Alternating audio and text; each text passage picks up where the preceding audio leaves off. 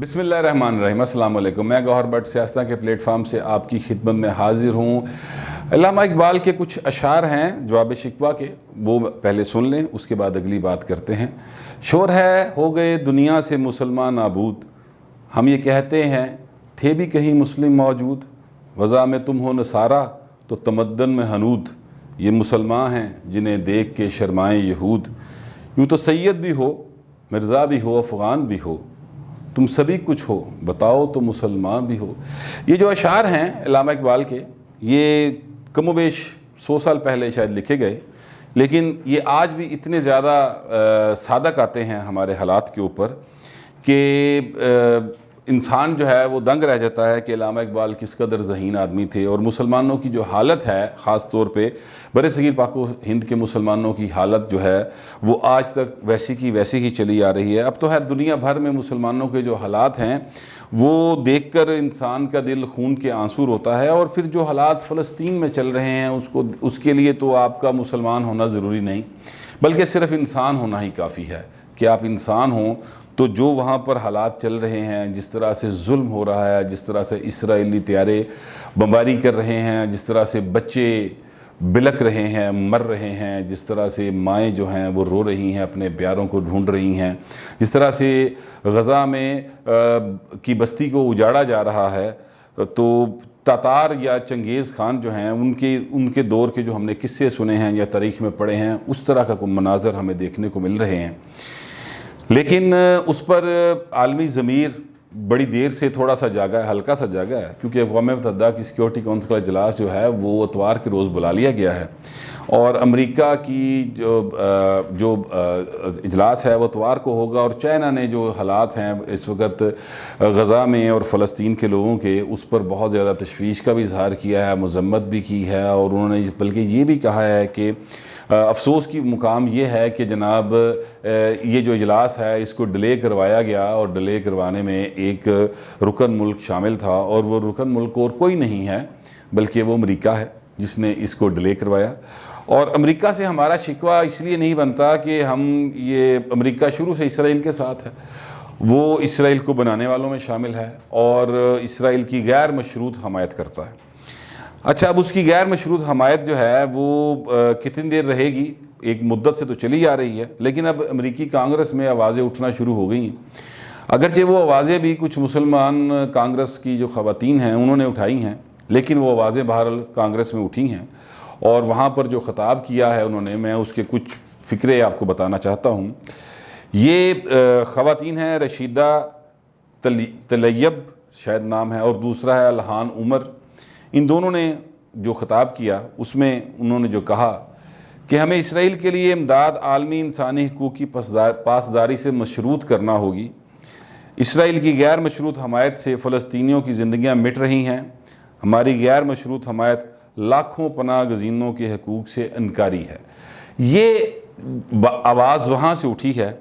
और शिकागो जो अमेरिका का एक शहर है, वहाँ पर हज़ारों अफराद जो हैं वो मुजाहरा कर रहे हैं।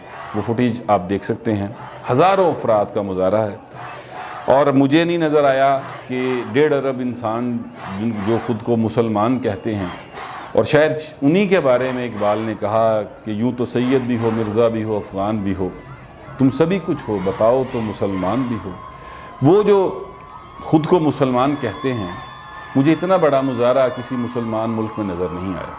मुझे 10 डाउनिंग स्ट्रीट के बाहर हज़ारों इंसान नज़र आए जो एहतजाज कर रहे थे फ़लस्तीन में होने वाले जुल्म के ऊपर, और वो अपने वज़ीर-ए-आज़म से मुतालबा कर रहे थे कि जो इसराइल को हमायत जारी रखी हुई है उसको ख़त्म किया जाए। वहाँ पर इंसानी हकूक़ की पासदारी को मोतबर बनाया जाए, और वहाँ पर यकीनी बनाया जाए कि मज़लूम सिविलियंस जो हैं उनके ऊपर बम्बारमेंट नहीं होगी। ये मुतालबात मुझे लाहौर की सड़कों पर नज़र नहीं आए, मुझे अफ़गानिस्तान की सड़कों पे नज़र नहीं आए, मुझे ये मुतालबात जो हैं वो अरब के किसी मुल्क में नज़र नहीं आए सड़कों के ऊपर होते हुए। मुझे नहीं नज़र आया कि मलेशिया में इस तरह के मुजाहरे हो रहे हों, इंडोनेशिया में हो रहे हों। मैं दिल्ली की बात इसलिए नहीं करता, अगरचे वहाँ पर भी बहुत सारे मुसलमान बसते हैं भारत में, क्योंकि वहाँ पर कोरोना की सूरत हाल बहुत ज़्यादा ख़राब है, तो वहाँ की तो मैं बात नहीं करता। मुझे इस्लामाबाद में भी इस तरह के मुजाहरे नज़र नहीं आए। लाहौर में एक छोटा सा मुजाहरा हुआ, कोई कुल मिला के तरले तुरले पा के इधर उधर इकट्ठे करके, तो तहरीक इंसाफ ने को 100-150 के करीब लोग इकट्ठे किए और उसमें उन्होंने मुजाहरा किया आज के रोज़। तो वो बस एक छोटा सा मुजाहरा था, वो एक कार्रवाई डालने वाला मुजाहरा जो होता है, बस वही था। मुझे किसी इस्लाम के नाम पर सियासत करने वाली जमात की तरफ से मुजाहरे का ऐलान भी नज़र नहीं आया। मुझे नहीं नज़र आया कि TLP है वो किधर है, किधर गायब हो गई। मुझे नहीं नज़र आया तहरीक तालिबान पाकिस्तान या तहरीक तालिबान पंजाब या जो भी मज़हब के नाम पे बनने वाली तंजीमें हैं वो किधर हैं। मुझे जमात इस्लामी के मुजाहरे भी कहीं नज़र नहीं आए। मुझे नहीं नज़र आया कि मौलाना फजल रहमान ने कोई कॉल दी हो इस मजालम के ख़िलाफ़। मुझे नहीं नज़र आया कि पीपल्स पार्टी, मुस्लिम लीग नवाज़ ने कहीं कोई मुजाहरे किए हों। मैं सिर्फ ये कहना चाहता हूँ कि ये जो कुछ हो रहा है ये उन ममालिक में हो रहा है और मुसलमान भाइयों के साथ होने वाले जुल्म के ऊपर हो रहा है जिनको हम काफर ममालिक कहते हैं, और वहाँ से आवाज़ उठ रही है। और उन मुजाहरों में शिरकत करने वाले सब इंसान हैं, हर मज़हब के लोग मौजूद हैं। आपको ये जानकर हैरानी होगी कि उनमें यहूदी भी मौजूद थे, जो लंदन में हुआ और जो शिकागो में हुआ। वहाँ पर यहूदी भी थे, वहाँ पर ईसाई भी थे, वहाँ पर अल्लाह को ना मानने वाले भी मौजूद थे, वहाँ पर मुसलमान भी थे, वहाँ पर हर मज़हब के लोग मौजूद थे जो इस बात के ऊपर मजम्मत कर रहे थे और एहतजाज कर रहे थे कि इसराइल वहाँ पर बहुत जुल्म कर रहा है। अब हमारा मसला क्या है बतौर पाकिस्तानी, और हम दुनिया की एक छठी एटमी क़ुव्वत हैं। हमारा जो वज़ीर आज़म है इमरान अहमद ख़ान नियाज़ी, वो चंद रोज़ कबल ही गया हुआ था सऊदी अरब के दौरे पे। वहाँ पर उनकी मोहम्मद बिन सलमान के साथ मुलाकात रही और उसी दौरान ये सारे वाक़यात रूनुमा होना शुरू हुए थे कि फ़लस्तीन के ऊपर जुल्म इसराइल ने शुरू किया और फिर वो जुल्म बढ़ता चला गया। बहरहाल वो जो वहाँ पर मौजूद होने के बावजूद एक जॉइंट स्टेटमेंट देना भी इन दोनों अजीम रहनुमाओं ने, उम्मत मुसलमा के आलमी रहनुमाओं ने, ये जो अजीम तरीन रहनुमा बनते हैं खुद को, इन्हें शर्म भी नहीं आती। इनमें से किसी ने वहाँ पर एक जॉइंट स्टेटमेंट का मुतालबा भी नहीं किया। सऊदीया का प्रॉब्लम हो सकता है कि उस पर अमेरिका का प्रेशर होगा। हमारा वज़ीर आज़म तो कहता था किसी का दबाव नहीं कबूल करता। इधे मुँह क्यों वट पै गए, ये क्यों नहीं बोले, इनकी ज़बान क्यों बल खा गई। इन्होंने क्यों नहीं कहा वहाँ पे कि मोहम्मद बिन सलमान साहब आएँ, बैठे, एक जॉइंट स्टेटमेंट इशू करते हैं, ये बड़ा जुल्म हो रहा है। ये हालात हैं पाकिस्तान के भी और पाकिस्तान के वज़ीर आज़म के भी।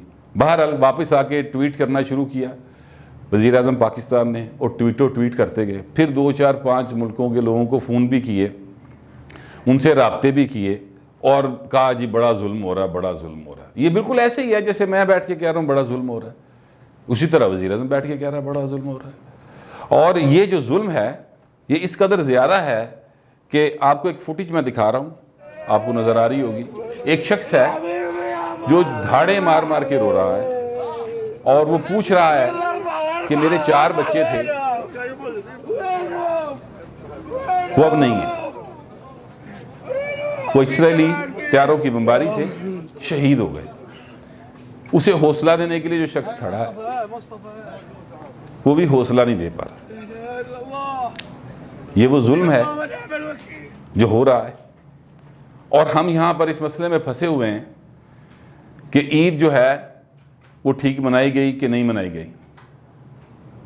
हमारे टीवी के ऊपर आज भी मैं देख रहा था, एक माहिर फल्कियात हैं, उन्होंने कहा कि जनाब ईद का चांद नज़र आ ही नहीं सकता था, इस कदर बादल थे, वो दूरबीन से भी नज़र नहीं आ सकता था।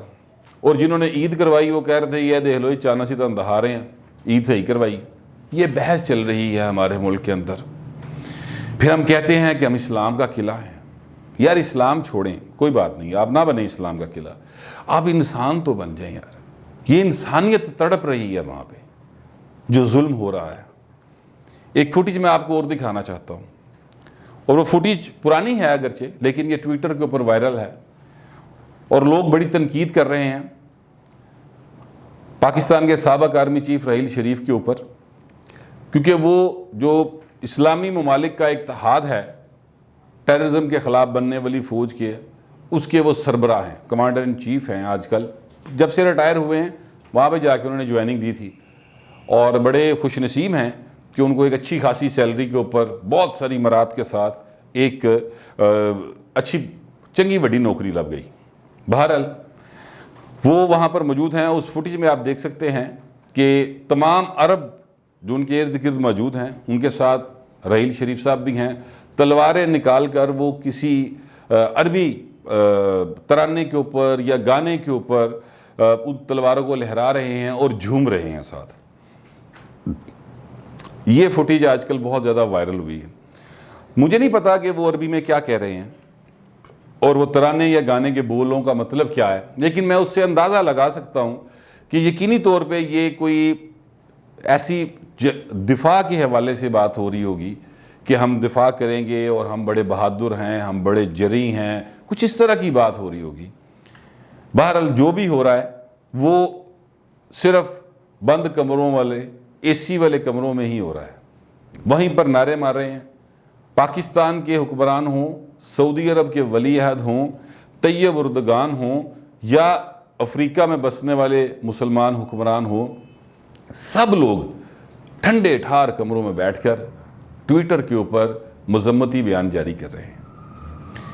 चाइना ने उसके ऊपर मजम्मती बयान भी जारी किया और मुतालबा भी किया कि सिक्योरिटी काउंसिल का इजलास बुलाया जाए और इजलास हो भी रहा है। जिनको हम मुसलमान नहीं समझते, जिनको हम काफर करार देते हैं, उन्होंने लंदन में भी मुजाहरे किए, उन्होंने अमेरिका में भी मुजाहरे किए। मेरे कहने का मतलब सिर्फ इतना है कि ये सारी की सारी बातें मैं सिर्फ आपको याद दिहानी के लिए मैं थोड़ा सा ज़मीर झंझोड़ना चाहता हूँ कि अगर हमारे हुक्मरानों में या मुस्लिम दुनिया के हुक्मरानों में किसी में अगर कोई ज़मीर ज़िंदा है या दुनिया के हुक्मरानों में, यानी अमेरिका के हुक्मरानों में, बरतानिया के हुक्मरानों में, फ्रांस के हुक्मरानों में, यूरोप के हुक्मरानों में जो इंसानी हकूक़ के चैम्पियन बनते हैं, नॉर्वे वाले, स्वीडन वाले, अगर उनमें से किसी के अंदर ज़मीर है तो ये फुटेज देखें और उन शायद अंदर से कोई इंसान जाग पड़े। हुक्मरान एक साइड पर रह जाए और इंसान बाहर आ जाए और वो इस जुल्म के ख़िलाफ़ बोलें। मैं बिल्कुल ये नहीं कह रहा कि मुस्लिम उम्मा को इकट्ठे होकर तो इसराइल के ऊपर जहाद कर देना चाहिए, जलगार कर देनी चाहिए और उनको नस्तो नबूद कर देना चाहिए, मगर मैं सिर्फ इतना कहना चाहता हूँ कि भाई जब आपके ऊपर जुल्म हो रहा हो तो फिर जुल्म को रोकने के लिए आवाज़ उठाना भी ज़रूरी है और आवाज़ के साथ साथ हाथ उठाना भी ज़रूरी हो जाता है। और वो तभी दूसरा जो जालिम है फिर उसको एहसास होता है कि नेवी इस साइड तो भी सानू मज़ाइल बच सकते हैं, फिर जाके वो इकट्ठे फिर वो जाके खामोश होते हैं। अब तक जो है मैं जिस वक्त आपसे बात कर रहा हूँ, अब तक 100 से ज़्यादा 113 के करीब शायद हलाकतें, शहादतें फ़लस्तीनियों की, मज़लूमों की हो चुकी हैं। 119 हुई हैं। उनमें 31 बच्चे हैं और 19 ख़वातीन हैं। एक BBC के ऊपर मैंने एक रिपोर्ट पढ़ी और उसमें ये लिखा हुआ था कि जनाब जो माएँ हैं वो अपने बच्चों को अपने साथ सुलाती हैं, डरते हुए रात गुजरती है, लेकिन वो अपने बच्चों को अपने से अलग नहीं करती क्योंकि उनका कहना ये है कि अगर मज़ाइल गिरे, को बम गिरे तो हम सब मर जाएं, ताकि कोई बाद में जो मरे हुए लोग हैं उनके दुख सहने के लिए ज़िंदा ना रहे। ये आलम है। पाकिस्तान का तो मसला ये है कि कश्मीर में जुल्म हुआ और होता ही चला जा रहा है, मुसलसल हो रहा है। 5 अगस्त 2019 से कश्मीर हड़प कर लिया इंडिया ने और हमारे हुक्मरानों ने कहा कि अब हम क्या करें, हमला कर दें। ये वज़ीर आज़म का बयान था, आपको याद होगा। अफ़गानिस्तान में जो जुल्म हुआ है पिछले चंद रोज़ के अंदर, वहाँ पर 50-60 के करीब स्कूल के बच्चों को मार दिया गया। आज एक मस्जिद में जब वहाँ पर जुम्मे की नमाज़ हो रही थी तो हमला किया गया, वहाँ पर भी 19 के करीब लोग जो हैं वो जाँ बहक हो गए। हर तरफ अफरा तफरी और अगर आप नोट करें तो ये सारा कुछ मुस्लिम ममालिक में ही हो रहा है। आपको नहीं नज़र आएगा कि ऐसी कोई हरकत जो है वो 9/11 के बाद अमेरिका में हुई हो, इंग्लैंड में हुई हो, स्वीडन में हुई हो। सोचना चाहिए कि ये सारा कुछ हमारे साथ क्यों हो रहा है, इस पर गौर करना चाहिए। लेकिन ये गौर जो है ये हुक्मरान तो नहीं करते, क्योंकि वो तो कहते हैं ऐसी तो बन गए ना जी वज़ीर आज़म, बस ठीक है, अल्लाह खैरी सल्ला, वो बस बन गए हैं ना, बस ठीक है।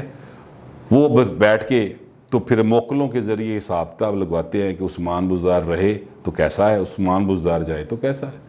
फिर वो मोकलों के ज़रिए हिसाब किताब लगवाते हैं कि ईद जुम्मे वाले दिन होगी तो क्या बनेगा, तो जुम्मे से पहले करवा देंगे तो क्या बनेगा। ये आप जानते हैं ये मैं किसकी बात कर रहा हूँ। तो ये सारा कुछ जो हो रहा है इस पर यार मुझे तो बड़ी तकलीफ़ होती है। मैं अपने जज्बात को बड़ी मुश्किल से कंट्रोल करके ये सारी बातें कर रहा हूँ।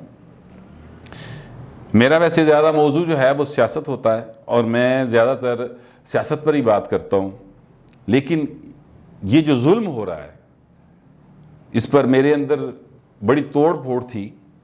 और अगरचे मुझे जो कमर्शियल ज़हन रखने वाले दोस्त होते हैं, ज़ाहिर है प्रोड्यूसर साहब हमारे कह रहे थे कि यार भट्ट साहब ये इसकी रेटिंग नहीं आएगी, तो मैंने सोचा कि ना भी आए तो कोई फ़र्क नहीं पड़ता, लेकिन मुझे अपना माफ़ी ज़मीर ज़रूर बयान करना चाहिए। इस तकलीफ़ के साथ मैं समझता हूँ कि मज़ीद ज़िंदा रहना बहुत मुश्किल है, तो मैं चाहता ये था कि मेरी तकलीफ़ आप तक पहुँचे, शायद आपके अंदर से कोई ऐसी आवाज़ निकल आए जो हुक्मरानों के ज़मीर को जगा दे और ये इसराइल के जो दरिंदे हैं इनके बढ़ते हुए कदम जो हैं वो फ़लस्तीनियों के सीनों पर मज़ीद पड़ने से रुक जाए और वो बच्चे जो हैं जो ज़ख्मी हालत में हैं वो तड़प रहे हैं, उनको इमदाद भी नहीं पहुंचाई जाती, पहुंचाने ही नहीं दी जाती। तो इस हवाले से थोड़ा सा कोई शायद कुछ कर सके यार। मैं बोल ही सकता हूँ, वो मैं बोल रहा हूँ। आप भी अपनी अपनी जगह पे बात करें, ट्विटर पे करें, फेसबुक पे करें, आप अपने सर्कल्स में बात करें, हुक्मरानों तक अपनी आवाज़ को पहुंचाएं, शायद उनके ज़मीर जाग जाएं और कोई ऐसी स्ट्रेटजी बन जाए कि जो 70 साल से ये जुल्म होता चला आ रहा है फ़लस्तीन में, उसका कोई अजाला हो सके और मुस्तकबिल में ऐसे मज़ालम ना हों। मुझे नहीं पता उसका क्या हल है, मैं ज़ाहिर है कोई दानिश्वर आदमी नहीं हूँ, मैं सीधा सीधा सा एक इंसान हूँ और मुसलमान हूँ। तो मेरे अंदर एक तकलीफ़ उठी तो मैंने सोचा आपके साथ शेयर कर लूँ, लेकिन इसका कोई ना कोई हल तो ज़रूर निकालना पड़ेगा और निकालना चाहिए। और वो तभी निकलेगा जब सब इकट्ठे होकर इस जुल्म के ख़िलाफ़ बोलेंगे। सिर्फ वाशिंगटन और लंदन के मज़ारों से कुछ नहीं होगा, लाहौर, इस्लामाबाद, कराची और दुनिया के तमाम मुसलमान ममालिक के जो हुक्मरान हैं और OIC को बाकायदा आवाज़ उठानी होगी। OIC पता नहीं कितने गई, बल्कि OIC की तो हालत ये हो गई है कि OIC ये वाली हालत हुई OIC की। तो मुसलमानों के ज़मीर को झंझोड़ें और ख़ास तौर पे हुक्मरानों के, मुसलमान हुक्मरानों के जो ख़ुद को लीडर समझते हैं कि पाए लीडर बनो। सरदार वो होता है जो सरेदार चढ़ता है। खां साहब आगे हों, सिर देन दी वारी है ये तो हुण बनी गल च ना वड़ो, आगे हों और लीड करें और बताएं दुनिया को कि आप एक गैरतमंद कौम के हुक्मरान हैं। और जैसे भी आप आ गए, सियासी इख्तलाफ है आपके साथ, वो रहेगा अपनी जगह पे, लेकिन इस वक्त इंसानियत पे बहुत बुरा वक्त है, इसके लिए सबको आवाज़ उठानी चाहिए। मैंने अपना दर्द कर्ब आप तक पहुंचा दिया, मैं थोड़ा होला हो गया, पता नहीं तुसी होले होंदे कि नहीं होंदे। फिलवक्त इतना ही, मिलते हैं अगले वीलाग में।